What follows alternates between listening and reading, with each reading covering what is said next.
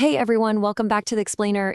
I am absolutely pumped you're here with us today because we are unpacking a really deeply emotional but highly actionable story. We're talking about taking literally nothing, zero, and building an empire. We're going to break down the exact mindset shifts and the step-by-step blueprint of how one young guy completely, fundamentally rewrote his family's history. So let's just jump right in with a massive question. Can you actually write your own destiny? We're skipping the usual interest stuff today because I really want us to sit with that thought for a second. When you're born into circumstances that feel like a dead end, a complete trap, is your path already set in stone, or do you actually hold the pen? To answer that, we're going to dive into the incredible life of a 17-year-old kid named Vikram. Part 1. Poverty and Despair. This was Vikram's starting line. To put this into perspective, Vikram lived in a slum right on the edge of this bustling, wealthy city. We're talking leaky tin roofs, empty stomachs, basically surviving day to day. His mom was up at 4 in the morning every single day to sweep and mop floors in other people's houses. His dad, a daily wage laborer, which meant if he didn't find work that day, the family literally did not eat. And you can imagine, Vikram would see kids his own age in the city rocking nice clothes, cash in their pockets, and he just felt this crushing, suffocating weight of injustice. Wandering the dark streets one night, just totally overwhelmed with frustration, he looked up at the sky and asked, "Why did God do this to me? Why was I born into this poverty?" He was just entirely consumed by that feeling of utter helplessness. Part 2. A change in mindset. This is where everything shifts. So while he's sitting alone on that dark sidewalk, Vikram has this chance encounter with an old man, a Baba. And this stranger, he listens to Vikram vent and then offers a perspective that just completely flips his worldview upside down. See, Vikram's initial mindset was pure victimhood, right? Blaming God, feeling totally helpless. But the Baba told him something profound. He said God places us where we are most needed. Being born poor, it isn't a curse. It's actually a super unique opportunity. Kids born into wealth, well, they often don't truly understand struggle or the raw value of hard work. But Vikram, he had the chance to be the hero, the one who lifts his parents out of the darkness and completely alters his family's trajectory forever. That one conversation, it was like a spark. It set Vikram on a totally new path. And along his journey, he gathered this incredible, life-changing wisdom from 3 completely unexpected mentors.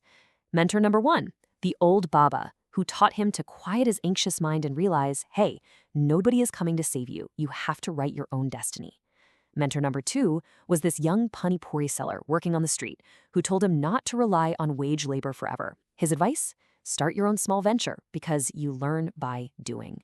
And lastly, mentor number 3, a Hawaii, a traditional sweet maker, who hammered home the absolute necessity of mastering a practical skill and meticulously saving every penny.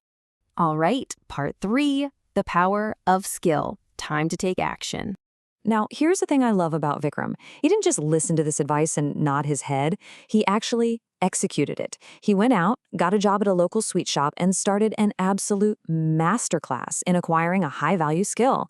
And he definitely didn't start at the top. Step 1, just cleaning tables, wiping them down.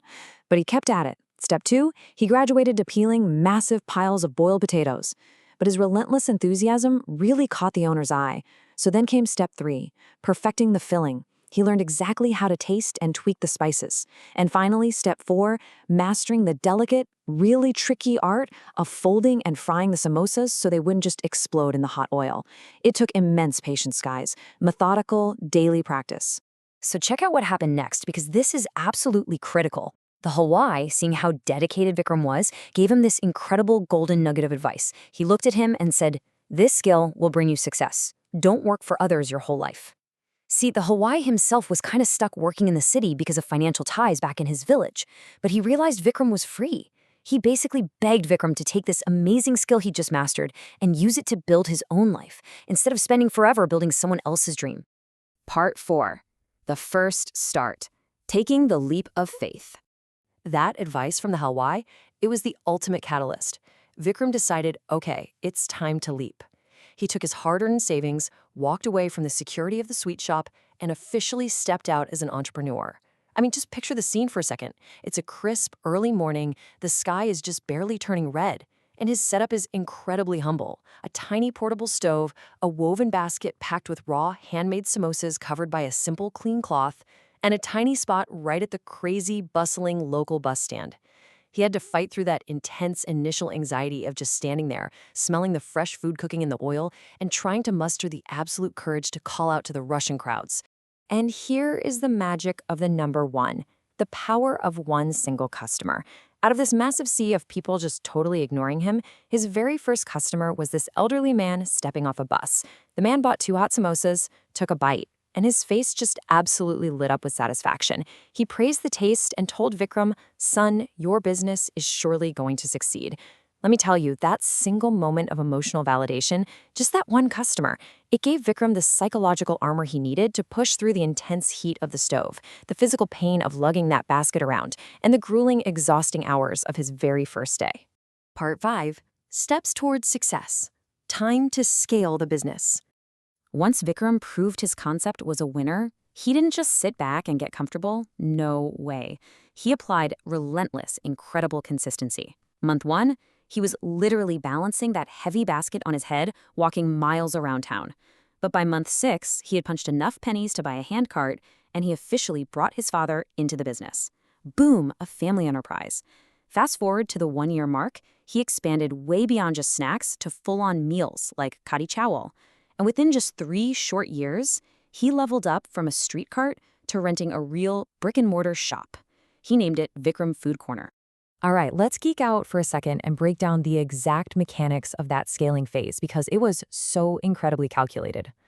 First, pulling his dad away from that grueling daily wage labor to be a full partner that instantly doubled their operational reach. Second, upgrading to a sturdy handcart meant they could hold way more inventory. Third, they added simple stools, and suddenly they're offering a sit-down dining experience, not just a quick grab and go. Fourth, expanding the menu let them capture both the lunch and the dinner crowds. Fifth, they hired an assistant, a young guy named Sonu, to handle the crazy surge in volume. And sixth, they actually opened a secondary cart right next to theirs exclusively for seasonal drinks. Lemonade in the blazing summer, hot tea in the winter. I mean, they were systematically capturing absolutely every possible customer need. But amidst all this brilliant business strategy, we have to bring it back to the emotional core, the why behind it all. The real milestone wasn't buying a cart or, adding a new menu item. The true milestone was the unforgettable day Vikram and his dad finally pulled enough profit to tear down that miserable, leaky tin roof of their slum home and build a solid, permanent roof over their heads. That was the moment.